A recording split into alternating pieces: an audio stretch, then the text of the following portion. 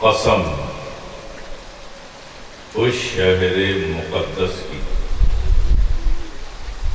اے محبوب جس میں آپ جلوہ فرما ہے۔ لا اقسم بهذا البلد وانت حل بهذا البلد، قسم اس شہر مقدس کی، اے محبوب جس میں آپ جلوہ فرما۔ علماء تشریف رکھتے ہیں، میں بتاتا ہوں، ان سے بھی پوچھ سکتے ہیں۔ یہ آیت کریمہ مکہ میں نازل ہوئی، یہ مکی ہے۔ جب آقا مکہ میں تھے تو یہ آیت کریمہ نازل ہوئی، یہ مکی ہے۔ تو اب اس کا ترجمہ یوں بھی کر سکتے ہیں کہ قسم شہر مکہ کی، اے محبوب جس میں آپ جلوہ فرما۔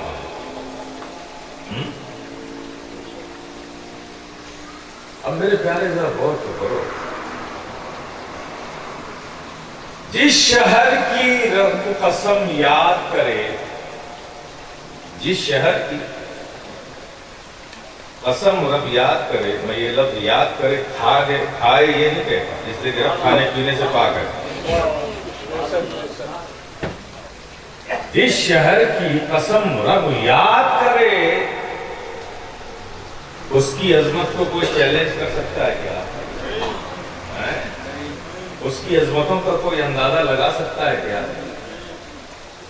شہر مکہ کی رب قسم یاد کر رہا ہے۔ اب تصور کرو، بے نیاز مالک اس شہر کی قسم یاد کرے، اس شہر کی عظمت کا کوئی اندازہ کر سکتا ہے؟ اس کی عظمت کو کوئی چیلنج کر سکتا ہے؟ لیکن میرے پیارے، یہ فقیر شفیع گدائے جیلانی رک کر یہی مکہ سے پوچھے گا، اے مکہ تو اتنا باعظمت بنا کیسے؟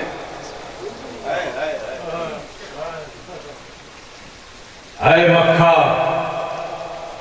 اس روئے زمین پر تیرے سینوں پر 360 ظالم خداؤں کی پوجا ہوتی۔ اے مکہ تو فسق و فجور کی پناہ گاہ تھا۔ اے مکہ ظلم و تشدد و بربریت کی نت نئی آندھیاں تیرے بطن سے روز اٹھا کرتی تھیں۔ اے مکہ تو ابو جہل کی دادا گیری، ابو لہب کی گنڈا گردی کا مرکز تھا۔ اے مکہ تیری چھاتی پر نہ جانے کتنے معصوموں کو زندہ دفن کر دیا جاتا تھا۔ مکہ تیرا ماضی تو یہ تھا، تیرا پاس تو یہ تھا، تو آج اتنا باعظمت کیسے بن گیا کہ تیری قسم رب یاد کر رہا ہے، تیری قسم رب یاد کر رہا ہے۔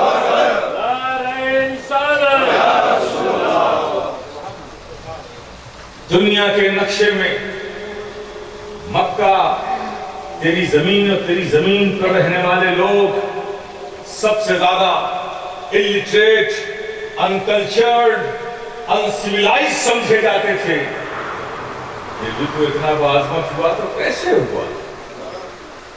مکہ سے پوچھو گے تو مکہ یہی جواب دے گا، ہاں میں ابو جہل کی دادا گیری، ابو لہب کی گنڈا گردی کا مرکز تھا، یہ میرا ماضی تھا۔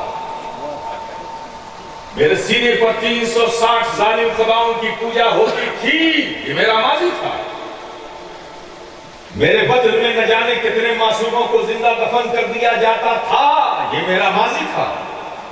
میں فسق و فجور کی پناہ گاہ تھا، یہ میرا ماضی تھا۔ میری زمین پر رہنے والے لوگ uncivilized, uncultured, illiterate تھے، یہ میرا ماضی تھا۔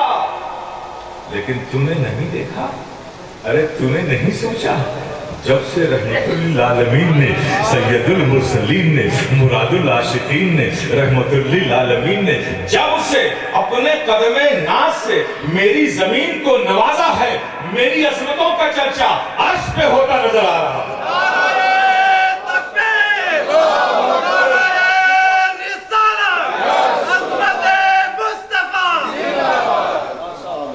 مکہ بول اٹھا کہ میں تو کچھ نہ تھا، کچھ نہ ہوتا، یہ سب رسول رحمت کے قدموں کی برکت ہے۔ جب میرے ذروں نے نبی کے قدم پاک کو چوما تو ان میں چمک ایسی پیدا ہو گئی کہ ستاروں کو بھی شرم آنے لگی۔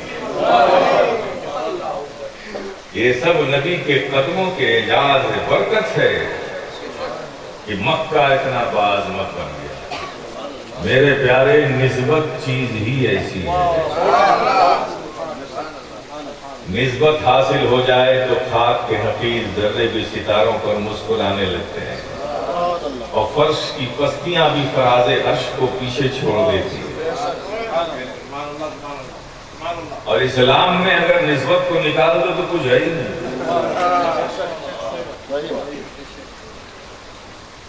بغیر دعوے، بغیر دلیل کے دعویٰ کرنے کی عادت نہیں ہے۔ میں ہواؤں میں گرہیں نہیں لگاتا، جو بات کہتا ہوں اس کی دلیل لگتا ہوں۔ آؤ ذرا دیکھتے ہیں، اپنے ذہن و فکر کو مکے ہی میں رکھو اور ذرا دیکھو کہ مکے میں جو یہ سب مقامات ہیں، حجر اسود ہے، کعبہ ہے، ملتزم ہے، باب کعبہ ہے، مقام ابراہیم ہے، مینا کی وادیاں ہیں، عرفات کی پہاڑیاں ہیں، مزدلفہ کا میدان ہے، یہ سب دیکھو نسبت کے کیسے مزے لے رہے ہیں۔ ذرا دیکھو،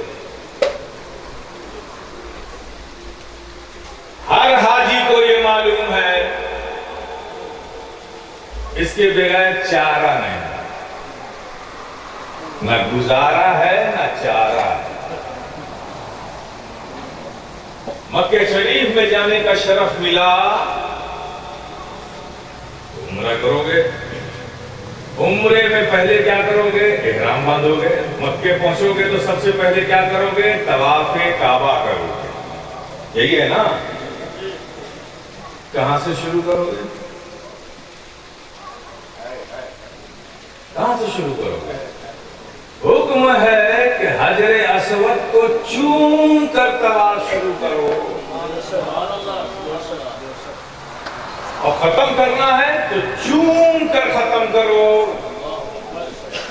لب سے نہ چوم سکو تو ہاتھ سے چومو، ہاتھ سے نہ چوم سکو تو کسی لکڑی کو چھو کر اس کو چومو، اس سے بھی نہ چوم سکو تو استلام کرو، دور سے یوں کر کے اپنے ہاتھ کو چومو۔ نعرہ تکبیر، اللہ اکبر، رسالت، زندہ باد۔ چومو چومو چومو۔ اب ہم تو بھائی مسرور ہو کر چومتے ہیں، اب جن کے یہاں چومنا شرک ہے، اے حاجی صاحب، حجر اسود کو چوما، پتھر چوما، تو یہ آپ گئے تھے حاجی صاحب بننے، بن کے آ گئے مشرک صاحب؟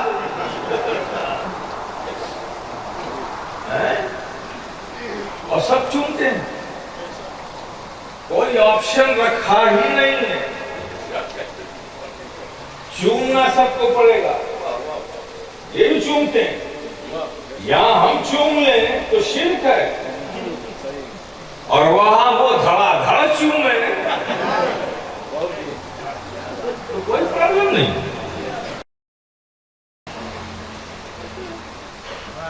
یہ حجر اسود کو چوم کر شروع کرو۔ حجر اسود ہے کیا؟ پتھر، پتھر۔ اسلام سے پوچھو،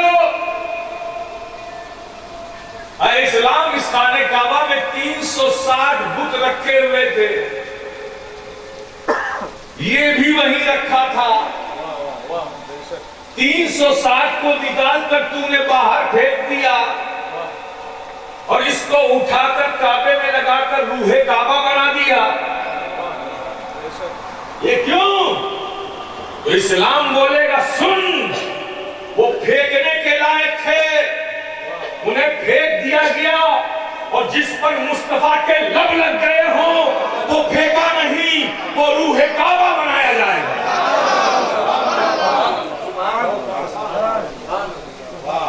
روح کعبہ بنایا جائے گا۔ چوم رہے ہیں سب، دیکھو کیسے کیسے مزے لے رہے ہیں یہ پتھر نسبتوں کے۔ اب کے پاس آتے ہیں، حجر اسود تو بھی تو پتھر ہے۔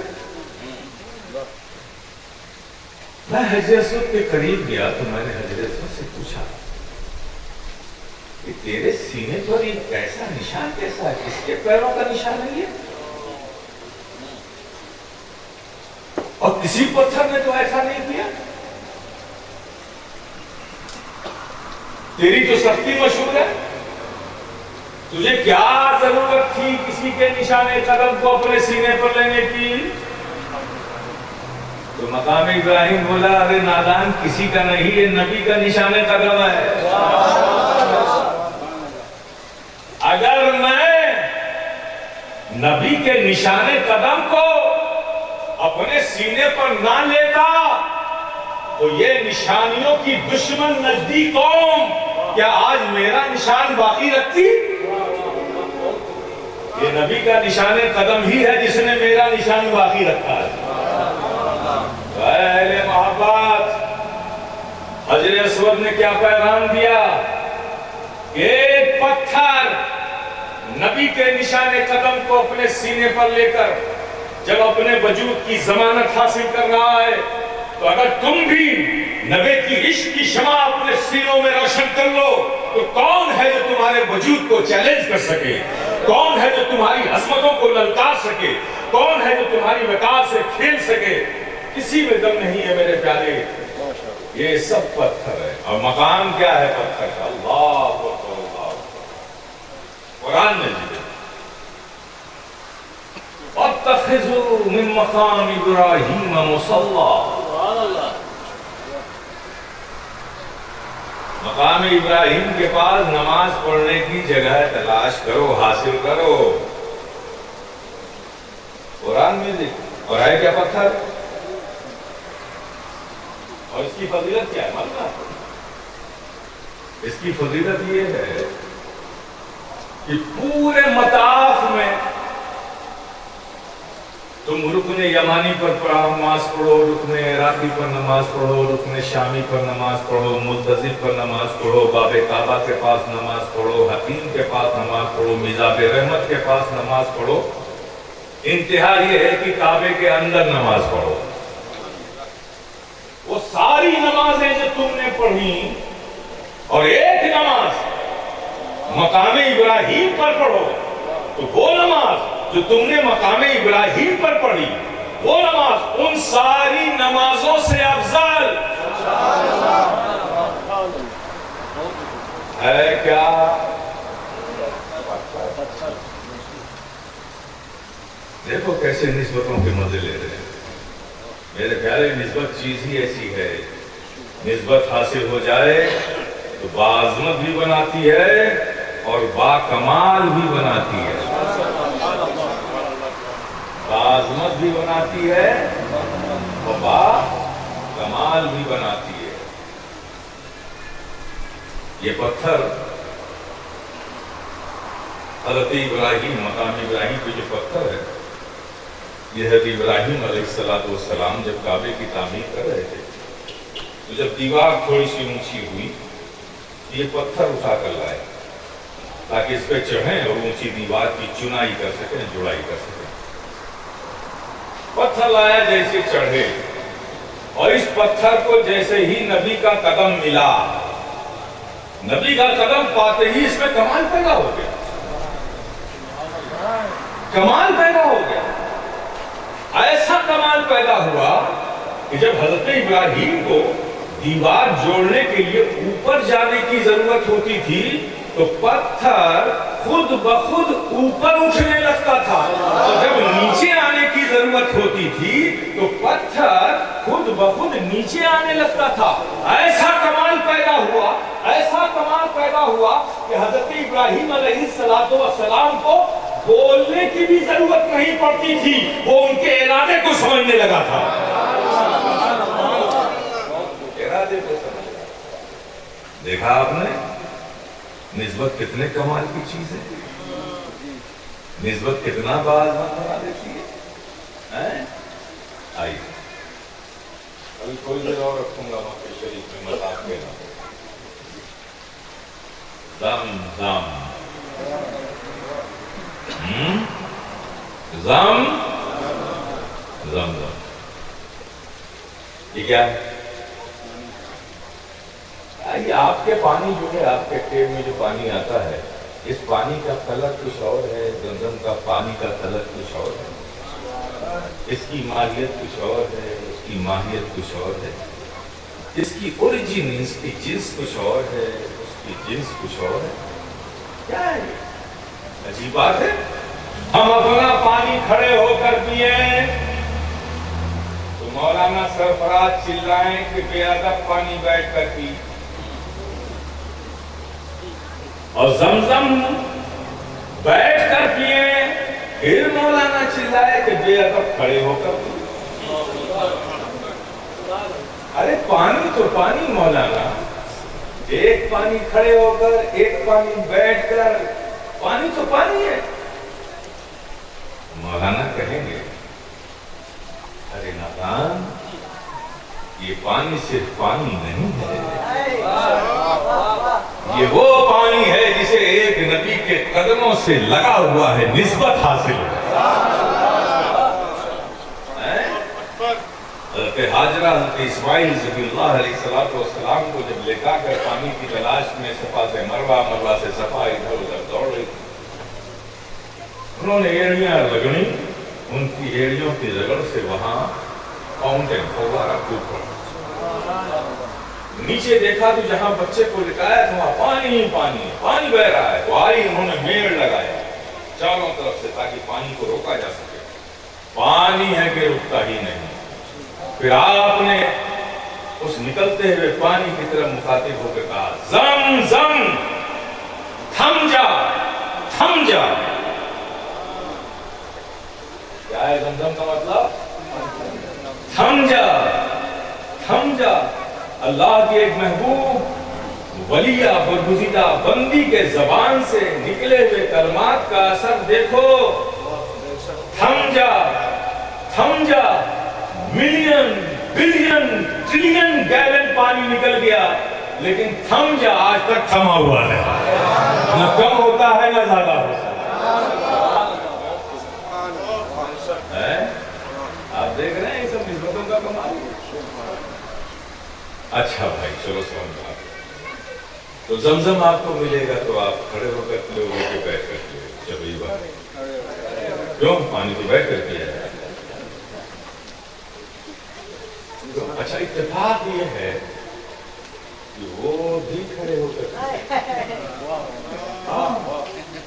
وہ بھی کھڑے ہو کر پیتے ہیں، ہم ہی نہیں پیتے۔ ایک مل گیا، میں نے پوچھا رہے تیرے یہاں کھڑے ہو کے، اچھا کھڑے ہو کے آپ کیوں پیتے ہیں؟ پر یہ بتا دیں کیوں پیتے ہیں؟ آپ کہو گے کہ یہ پانی نبی کے قدموں سے لگا ہے، ہم اس نسبت کی تعظیم میں کھڑے ہو کر اسے پی رہے ہیں، یعنی نسبت کی تعظیم کھڑے ہو کر۔ اس کا مطلب یہ ہوا کہ کھڑا ہونا یہ تعظیم کی علامت ہے، کھڑا ہونا یہ تعظیم کی علامت ہے، تو ہم کھڑے ہو کر پیتے ہیں۔ اب جن کے یہاں تعظیم میں کھڑا ہونا جائز ہی نہیں ہے، ان سے میں نے پوچھا کہ بھئی ہم تو مسرور ہو کر پیتے، ہم تو عادت ہے ہماری تعظیم میں، ہم بار بار کھڑے ہوتے ہیں، تیرے یہاں تو تعظیم میں کھڑا ہونا جائز نہیں ہے، تو کیوں کھڑا ہو کر پی رہا ہے؟ ہم تو مسرور ہو کر پی رہے ہیں۔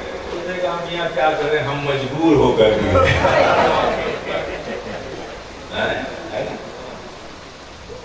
اور ایک بات اور، نسبتوں کا فیضان تقسیم کرنے سے، بانٹنے سے کم نہیں ہوتا۔ جتنا بانٹتے جاؤ گے فیضان بڑھتا چلا جائے گا، فیضان بڑھتا چلا جائے. یہی وجہ ہے زمزم نبی کے قدم سے لگا، اس لیے اس نسبت کی تعظیم میں آپ اسے کھڑے ہو کر پیتے ہو. تو سوال تو بنتا ہے نا کہ جو پانی نبی کے قدم سے لگا تھا وہ تو کب کا ختم ہو گیا. ٹریلین ملٹی ٹریلین بیرل پانی اب تک نکل گیا، ابھی تک وہ پانی بچا ہے کیا جو حضرت اسماعیل کے قدموں سے لگا تھا؟ جو پانی حضرت اسماعیل کے قدموں سے لگا تھا وہ تو کب کا ختم ہو چکا، اور آپ تعظیم اس پانی کی کر رہے ہو جس کو جو کسی کے قدم سے نہیں لگا. سمجھو میرے پیارے، نسبتوں کا فیضان تقسیم ہونے سے کم نہیں ہوتا، بڑھتا چلا جاتا ہے. ہاں یہ وہ پانی ڈائریکٹ تو نہیں ہے جو نبی کے قدم سے لگا تھا، لیکن اس پانی کو اس پانی سے نسبت ضرور ہے جو نبی کے قدم سے لگا تھا.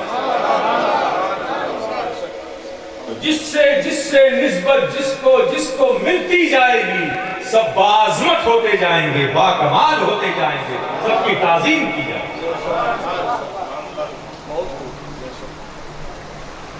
اور قریب لاتا آج کل تو مسجدوں میں وہ ٹیپ کا زمانہ ہے، ٹوٹی کھولیے، ہاتھوں میں پانی لیا، کھلی کیا، پانی بہ رہا ہے. جتنا استعمال کرتے ہیں اس سے زیادہ برباد کرتے ہیں.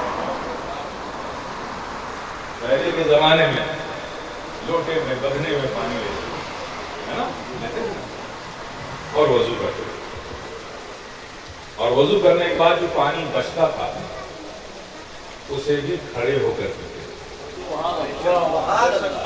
کھڑے ہو کر پیتے تھے. ارے بھائی وہ تو زمزم تھا، نسبت لیے ہوا تھا، تو اس کی تعظیم کھڑے ہو کر پینا سمجھ میں آیا. یہ تو آپ کے ٹیوب ویل کا پانی ہے، آپ کے کنویں کا پانی ہے، آپ کے گھر کا پانی ہے، اس کی تعظیم کیوں کھڑے ہو کر رہے ہو؟ اچھا اس کو بھی ان کا وہ بھی کھڑے ہو کر پیتے ہیں. ہاں پانی بن جاتا تھا لوٹے میں، یہ جماعتیں لے لے کر مسجدوں جاتے تھے، تو سب ایک لائن میں کھڑے ہو کے بچے ہوئے پانی کو کھڑے ہو کر، یہ بھی کھڑے ہو کر، یہ تو تمہارا پانی ہے، اسے کیوں کھڑے ہو کر؟ تو میرے پیارے کہنا یہ ہوگا کہ ہاں یہ پانی تو ہمارا ہے، ہمارے ٹیپ کا ہے، ہماری بورنگ کا ہے، ہمارے کنویں کا ہے، ہمارے نل کا ہے، لیکن ہم اس کی تعظیم کھڑے ہو کر اس لیے کر رہے ہیں، کھڑے ہو کر پی کر تعظیم اس لیے کر رہے ہیں کہ یہ وہ پانی ہے جس نے ہم پر احسان کیا. احسان کیا کیا؟ اس نے ہمیں اللہ کی عبادت کے لائق بنایا. کیا کیا؟ اللہ کی عبادت کے لائق. بغیر وضو کی نماز ہوگی کیا؟ اسی پانی نے تو وضو کروایا نا، تو یہ احسان کیا نا. تو یہ وہ پانی ہے جس نے ہم پر احسان کیا کہ اللہ کی عبادت کے لائق بنایا. اس احسان کے بدلے ہم اس کی تعظیم کھڑے ہو کر کر رہے ہیں. اب ایسی عقلوں کا کیا ذکر کرو گے؟ پانی صرف اتنا احسان کر دے کہ عبادت کے لائق بنا دے تو اس کی تعظیم میں کھڑے ہو گے.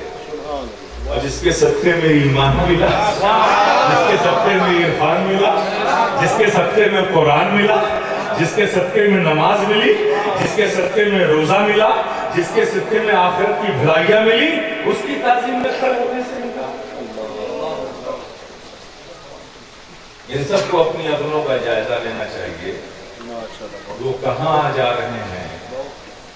یاد رکھو جو اپنی جانوں پہ ظلم کرتا ہے اللہ اس پہ بھی رحم نہیں کرتا. اس لیے جب تک کہ سانسیں ہیں موقع ہے، رجوع کر لو، توبہ کر لو، آ جاؤ صراط مستقیم پر. مت کرو اپنی جانوں پہ ظلم. بات ابھی ختم نہیں. اگر آپ اسی طرح دلچسپی سنتے رہیں گے تو پتا نہیں میں کب تک بولتا ہوں.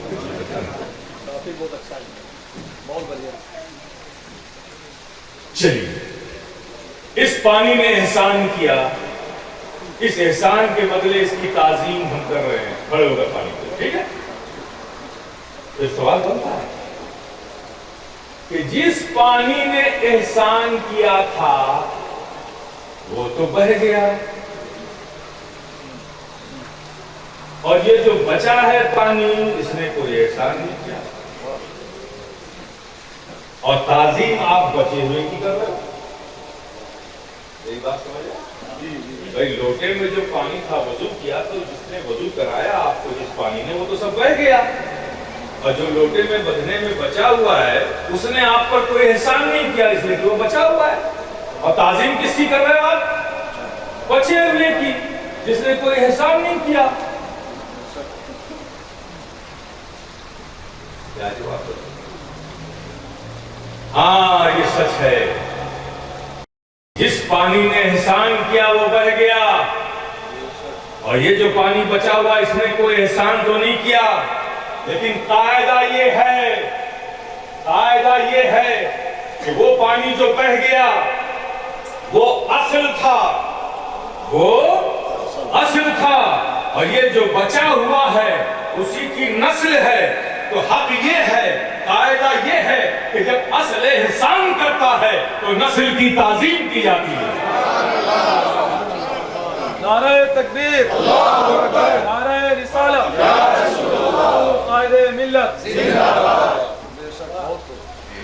میرے پیارے، یہ سب نسبتوں کے کمال ہیں، نسبتیں حاصل ہو جائیں تو عظمتیں مل جاتی ہیں، نسبتیں حاصل ہو جائیں تو باکمال بنا دیتی ہیں۔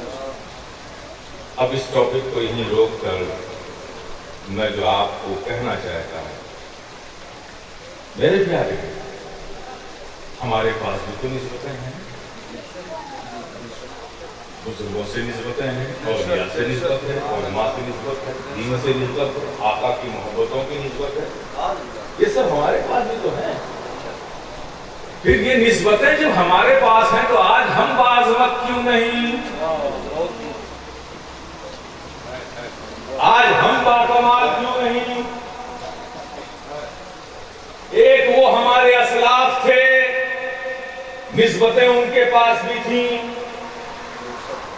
تو وہ باعظمت بھی ہوئے، باکمال بھی بنے، وہی نسبت ہم بھی رکھتے ہیں، پھر بھی ہم نہ باعظمت ہو رہے ہیں نہ باکمال ہو رہے ہیں۔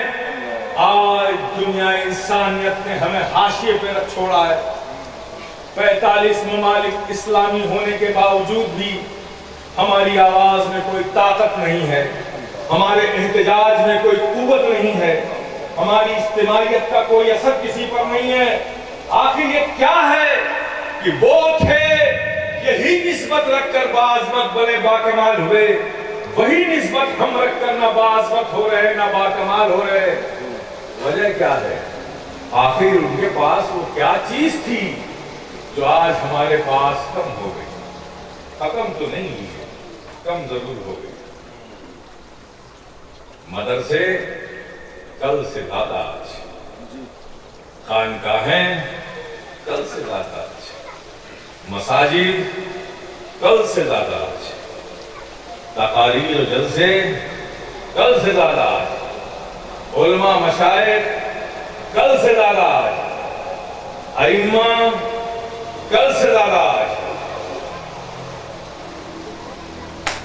آبادی کل سے زیادہ آج، ریسورسز کل سے زیادہ آج۔ کون ہے روئے زمین پر مسلمان جو 7 دن سے فاقہ کیے ہوا ہے؟ ہمارے اسلاف نے تو 7 دن فاقہ کر کے بھوک کی تپش کو، بھوک کی شدت کو دبانے کے لیے پتھروں پر، پیٹ پہ پتھر باندھے۔ کیا اس حالت میں کوئی مسلمان آج زندگی گزار رہا ہے؟ ہم دیکھتے ہیں کہ کل سے زیادہ آج ہمارے پاس سب کچھ ہے، مین پاور ہمارے پاس کل سے زیادہ، پولیٹیکل پاور کل سے زیادہ، اکنومیکل پاور کل سے زیادہ، آدمی افراد کل سے زیادہ۔ 1.7 بلین مسلمان ہیں دنیا میں، دنیا کی آبادی 7 بلین ہے، اس 7 بلین میں 1.7 بلین مسلمان ہے، تو کل سے زیادہ تو سب کچھ ہمارے پاس آج ہے۔ لیکن جو عظمتیں انہیں حاصل تھی وہ ہمیں کیوں نہیں ہے؟ جو باکمال وہ ہوئے ہم کیوں نہیں ہو رہے؟ آخر وہ کیا چیز ہے جو ہم سے زیادہ ان کے پاس تھی اور وہ ہمارے پاس آج کم ہو گئی ہے؟ جاننا چاہیں گے آپ؟ جاننے کے بعد اس پہ سوچئے گا ضرور۔ آپ جتنا بھی انالیسس کر لو، جائزہ لے لو، ہر چیز ہمارے اسلاف سے زیادہ ہمارے پاس ہے۔ صحابہ اکرام کی مقدس جماعت کا جو زمانہ ہے، آپ دیکھو ان کے زمانے میں جو انہیں میسر تھے وسائل، اس سے کئی گنا زیادہ آج ہمارے پاس وسائل موجود ہیں۔ وہ رکھ کر بھی ہم بازمت نہیں ہو رہے ہیں، اور وہ نہ رکھ کر بھی بازمت ہوئے، باکمال ہوئے۔ تو اب جائزہ یہ لینا ہوگا کہ آخر وہ کیا چیز ان کے پاس زیادہ تھی آج ہمارے پاس کم ہو گئی ہے، جس کی وجہ سے ہم عزت نہیں حاصل کر پا رہے ہیں، باکمال نہیں ہو رہے ہیں، باعظمت نہیں ہو رہے ہیں۔ میں زیادہ دیر آپ کا وقت نہیں لوں گا، بس دھیرے سے یہ سمجھا دیتا ہوں کہ جانتے ہو کیا چیز ہے؟ وہ ہے یقین، رب کی ذات پر یقین۔ اقبال نے اسی بات کو کہا تھا، یقین محکم عمل پہ ہم، محبت فاتح عالم، جہاد زندگانی میں ہے یہ مومن کی شمشیریں۔ جانتے ہیں سب کچھ ان سے زیادہ ہمارے پاس ہے، لیکن جو یقین ان کے پاس تھا وہ آج ہمارے پاس نہیں ہے۔ اور مومن کی سب سے قیمتی دولت، سب سے قیمتی سرمایہ رب کی ذات پر یقین ہوتا ہے، اس لیے کہ یقین وہ نعمت ہے، یقین وہ دولت ہے۔ یقین ہوتا ہے تو خوف نہیں ہوتا، یقین ہوتا ہے تو اضطراب نہیں ہوتا، یقین ہوتا ہے تو تردد نہیں ہوتا، یقین ہوتا ہے تو بے چینی نہیں ہوتی، یقین ہوتا ہے تو اضمحلال نہیں ہوتا، انسان پریشان نہیں ہوتا۔ یقین وہ دولت ہے۔ بات ہوا میں نہیں کروں گا، پریکٹیکل سمجھا کے جاؤں گا، خانقاہی آدمی ہوں۔ میں نے کیا کہا؟ یقین ہوتا ہے تو خوف نہیں ہوتا، غم نہیں ہوتا، بھے نہیں ہوتا، نربھے ہوتا ہے انسان، کوئی بے چینی نہیں ہوتی، یہی تو کہا نا میں نے۔ اور اس کو مثال سے سمجھاتا ہوں۔ بہت سارے ہمارے حضرات ہیں ماشاءاللہ جن کے چہروں پر اللہ کا یہ نور ہے، اور بہت سے ابھی اس نور سے محروم ہیں، اللہ انہیں توفیق عطا فرمائے۔ لیکن دونوں حضرات سیلون میں جاتے ہیں، باربر کے پاس، نائی کے پاس، جام کے پاس جاتے ہیں۔ داڑھی والے حضرات خط بنوانے جاتے ہیں، نیچے بھی یہاں بھی خط بنواتے ہیں، اور جن کی داڑھی نہیں ہے وہ تو پورا صاف کروانے جاتے ہیں۔ جب کسٹمر کو وہ حجام نائی دیکھتا ہے پہلے کام کیا کرتا ہے؟ چلو بھی آ کے استورا تیز کرتا ہے نا۔ اور دنیا میں استورے سے زیادہ تیز دھار ہتھیار دوسرا کوئی نہیں۔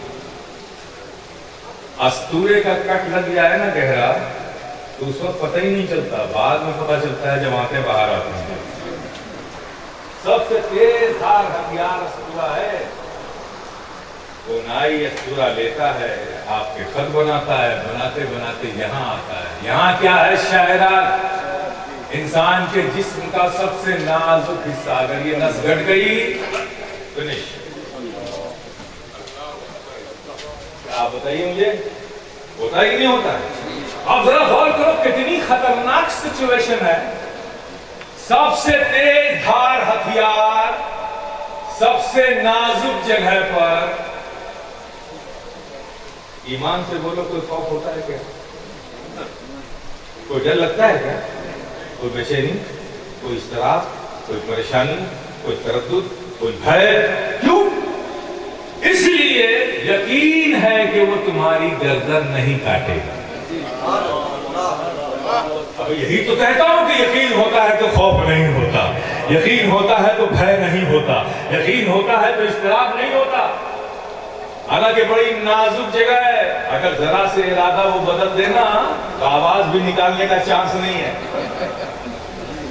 اتنی خطرناک سچویشن سے روز آپ گزرتے ہو، لیکن کوئی خوف آپ کو نہیں ہوتا، اس لیے کہ اس پر یقین ہے کہ وہ آپ کی گردن نہیں کاٹے گا، ارے میرے پیارے، میں یہی تو کہتا ہوں کہ جتنا تم روز ایک حجام پر یقین کرتے ہو اتنا ہی اپنے رب پر کرو، تو اگر ساری دنیا بھی تمہاری گردن پر تلوار رکھ دے گی تو نہ تمہیں کوئی خوف ہوگا، نہ کوئی غم ہوگا، نہ کوئی بھے ہوگا۔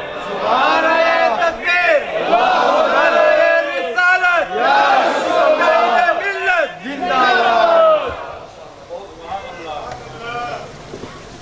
کوئی بھے نہیں۔ اب آگے کی بات تو آپ نے سمجھا کہ یقین کتنی قیمتی دولت ہے۔ اب یقین پیدا کیسے کریں؟ راستے میں چھوڑ نہیں جاؤ، منزل تک پہنچا۔ یقین پیدا کیسے ہوتا ہے؟ یقین تو کمزور ہے۔ جس رب نے پوری دنیا آج سے پریشان نہیں ہے، آپ بھی آج سے پریشان نہیں ہیں، آیا پیا دن بھر ٹہلے گھومے جلسے میں بیٹھے ہیں، ابھی یہاں بریانی کھانے کو ملے گی، آرام سے جا کے سو جائیں گے، آج سے کوئی پریشان نہیں ہے۔ دنیا کل سے پریشان ہے کہ کل کیا ہوگا۔ ساری دنیا کو اس کل نے پریشان کر رکھا ہے، اور افسوس یہ ہوتا ہے کہ ان ساری دنیا کے انسانوں میں مسلمان بھی شامل ہو گیا۔ ہماری جو انفرادیت تھی، جو ایڈنٹیفیکیشن تھی، جو ہماری پہچان تھی عام لوگوں سے کہ مسلمان کل سے خوف زدہ نہیں ہوتا تھا، وہ تو رات میں یہ کہہ کر سوتا تھا کہ مولا تیرا شکر ہے، احسان ہے، تو نے آج ہمیں رزق عطا فرمایا، کل کا بھی تو ہی رزاق ہے، تو ہی ہمیں رزق عطا کرے گا، یہ کہہ کے آرام سے سو جاتا تھا۔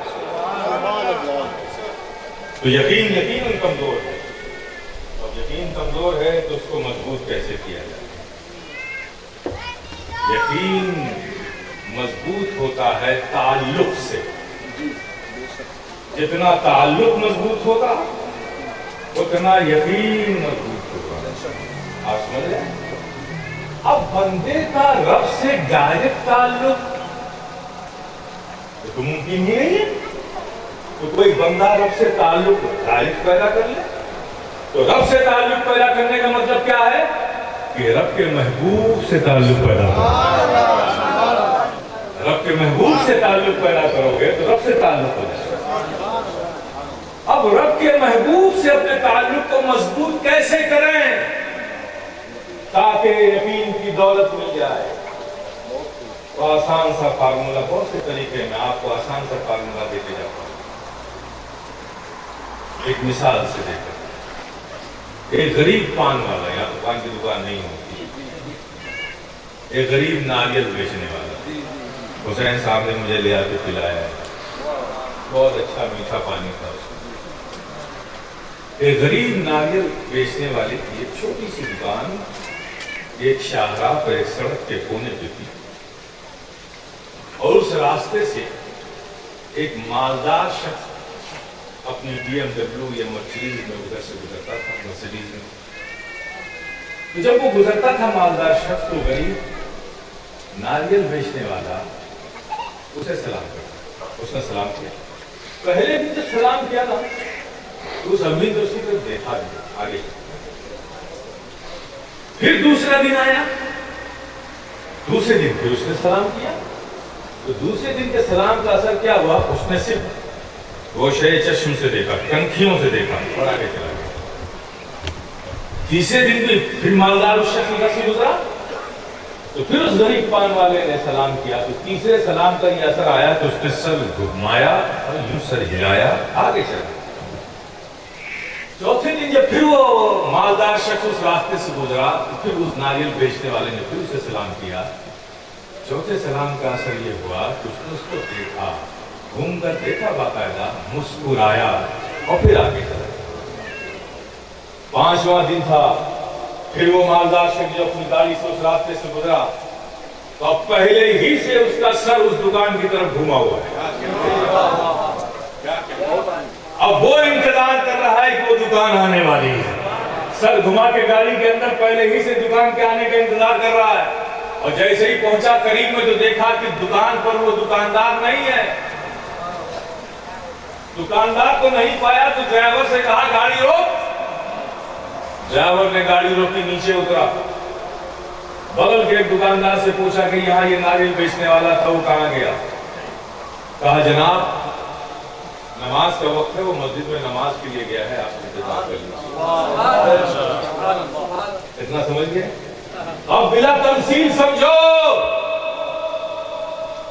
اس امیر شخص کو جو گزر رہا تھا اس راستے سے غریب سلام کر رہا تھا، تو گاڑی سے اترنے پر اس کو کس چیز نے مجبور کر دیا؟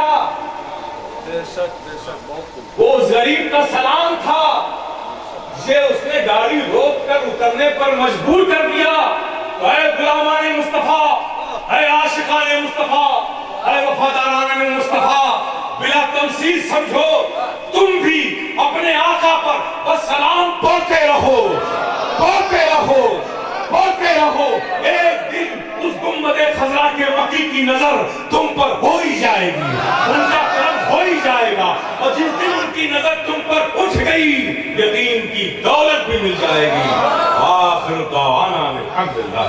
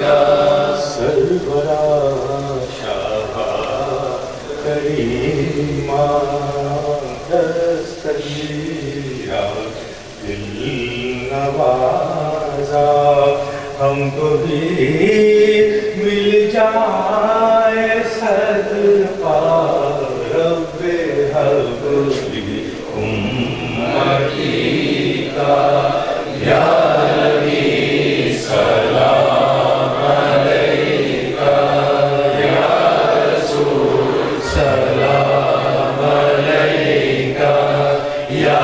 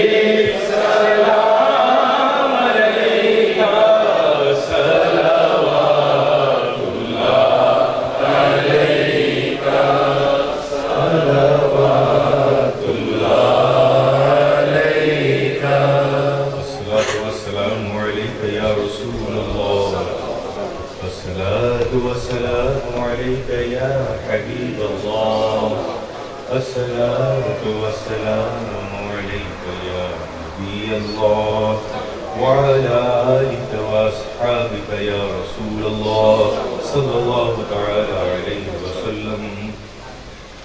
کریمہ کا سازا بندہ نوازا مالک و مولا بے نیازا اپنے حبیب پاک کے صدقے مولا کریم اپنے محبوبین کے صدقے آج کے اس مبارک محفل کے صدقے یا اللہ تو ہماری خطاؤں کو معاف کر دے، ہمارے گناہوں کو بخش دے مولا، ہمارے جرموں کو معاف کر دے، ہمارے والدین کی خطاؤں کو معاف کر دے، ہمارے بیوی بچوں کی خطاؤں کو معاف کر دے، ہمارے بھائی بہنوں کی خطاؤں کو معاف کر دے، ہمارے پیش و اقارب کی خطاؤں کو معاف کر دے، ہمارے علماء اور مشائخ کی خطاؤں کو معاف کر دے، جمیع مومنین و مومنات کی خطاؤں کو معاف کر دے، یا اللہ ہمارے قلب کو ایمان کی ضیاؤں سے روشن کر دے، یا اللہ ہم سب کو ایمان پر قائم کر دے، خاتمہ ایمان پر کر دے، مولا کریم ہم سب کو عمل صالح کی توفیق عطا کر، ذوق عبادت عطا کر، سجدوں میں لذتیں عطا کر، یا اللہ ہمارے قلب کو عشق رسول کا مدینہ بنا دے، اپنے محبوبین کی سچی محبتیں عطا کر،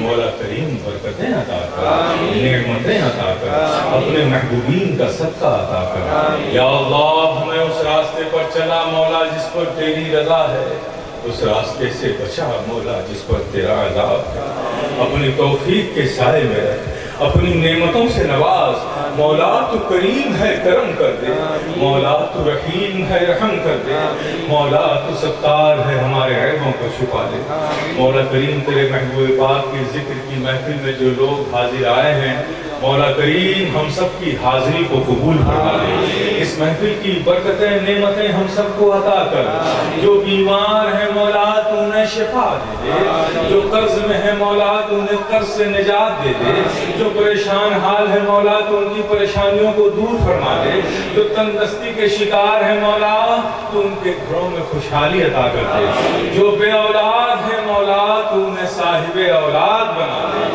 جن بچے بچیوں کے رشتے نہیں ہیں مولا تو انہیں غیب سے اچھے رشتے عطا کر دے، یا اللہ ہم سب کو نظر بد کی نظر سے بچا، دشمنوں کے شر سے محفوظ ہے، حاسدوں کے حسد سے محفوظ ہے، منافقوں کے نفاق سے محفوظ ہے، مولا کریم ہر حادثات سے محفوظ ہے، یا اللہ تیرے محبوب پاک کی ذکر کی محفل کو سجانے میں جن لوگوں نے دامے درہمے قدمے سخنے خصوصاً یعقوب صاحب ان کے تمام رفقا نے حصہ لیا ہے، مولا کریم تو ان کی ان خدمتوں کو محبتوں کو قبول فرما لے، ان کے گھروں میں خیر و برکت عطا کر، ان کی اولادوں کو ان کے لیے ثواب جاریہ بنا دے، یا اللہ اس محفل کی برکتیں ہر حاضر و غائب مومنین و مومنات کو عطا فرما، تجھے فضل کرتے نہیں لگتی بار، نہ ہو تجھ سے مایوس امیدوار، ان اللہ و ملائکتہ یصلون علی النبی یا ایھا الذین آمنوا صلوا علیہ وسلموا تسلیما، اللہم صلی علی سیدنا مولانا محمد وعلی آل سیدنا مولانا محمد كما تحب وترضى بأن تصلي عليه صلاة وسلام عليك يا رسول الله، سبحان ربك رب العزة عما يصفون وسلام على المرسلين والحمد لله رب العالمين، لا إله إلا الله محمد رسول الله.